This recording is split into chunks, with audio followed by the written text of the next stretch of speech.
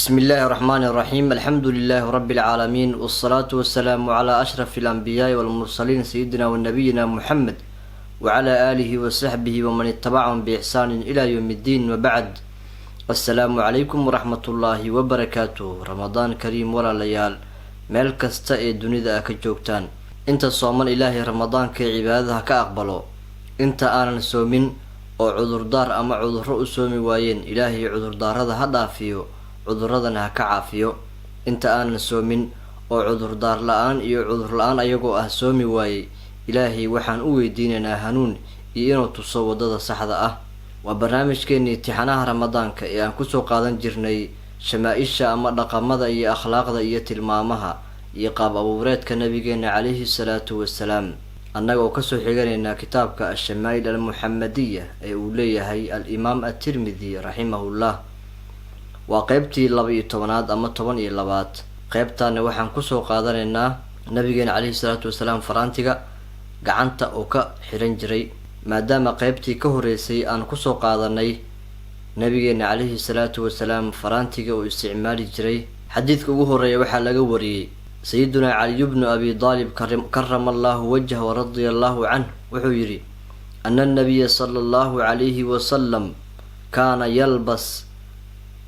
yalbasu khaatamahu fii yamiinih.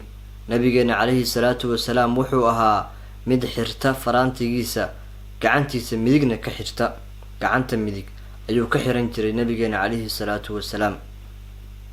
axaadiid fara badan ayaa arrintaa tilmaamayaan oo laga warinahayo saxaabo kala duwan, balse mas'alada ku saabsan faraantiga in laga xirto midig iyo ama in bidix laga xirto, sida culummada shaaficiyada maadaama shaaficiye aan nahay ee sheegeen, waxaa weeyaan midigta ayaa fadli badan, balse bidix waa laga qaadan karaa oo karaahiye kuma sugna in bidix laga xirto, sida ayay culummada shaaficiyada qabaan. in bidix laga qaadan karo ee waxba dhib ah aan lahayn waxaa laga wariyey xataa inay sameeyeen saxaabadii rag ka mid ah, saxaabadii raggooda ugu yaryaraa oo nabigeena calayhi salaatu wasalaam awowaha uu ahaa oo xasan iyo xuseen la oran jiray, ayaa wixii ka qaadan jireen layidhi faraantiga bidixda.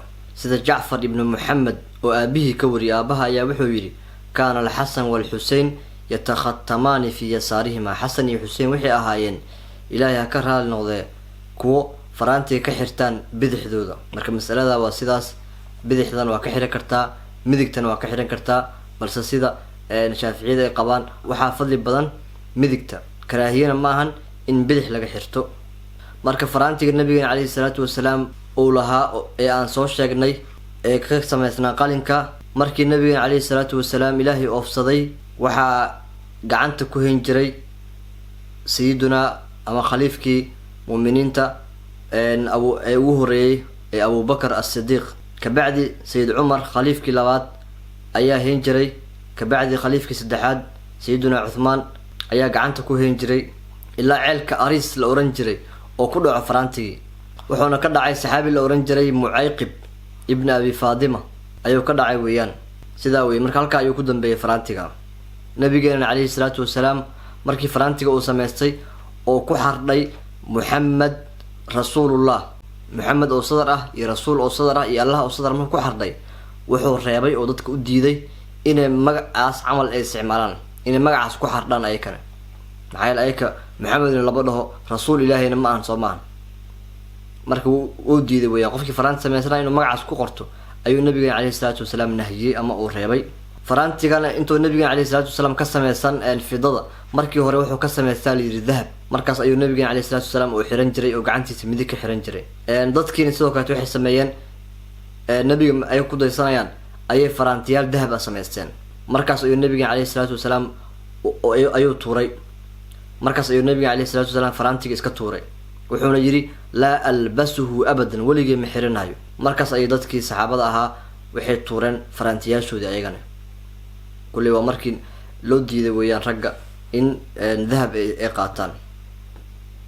halkaas ayaan ku sameynaa maanta insha allah. ilaahay ramadaanka cibaadada naga aqbalo. barnaamijka leegta iyo sheerta maaragtay yaa laga hilmaamin, khayrka ha loo jajabnaado insha allahu tacaala. adduunyada waa laga tegahayaa, wanaagga iyo waxa fiican waa in la sameeyo weeyaan oo la wadaagaa insha allah. subscribe-tana iyo janalka laga hilmaamin. khayr ayaan is ognahay, wabillahi tawfiiq, wassalaamu calaykum waraxmatullaahi wabarakaatuh.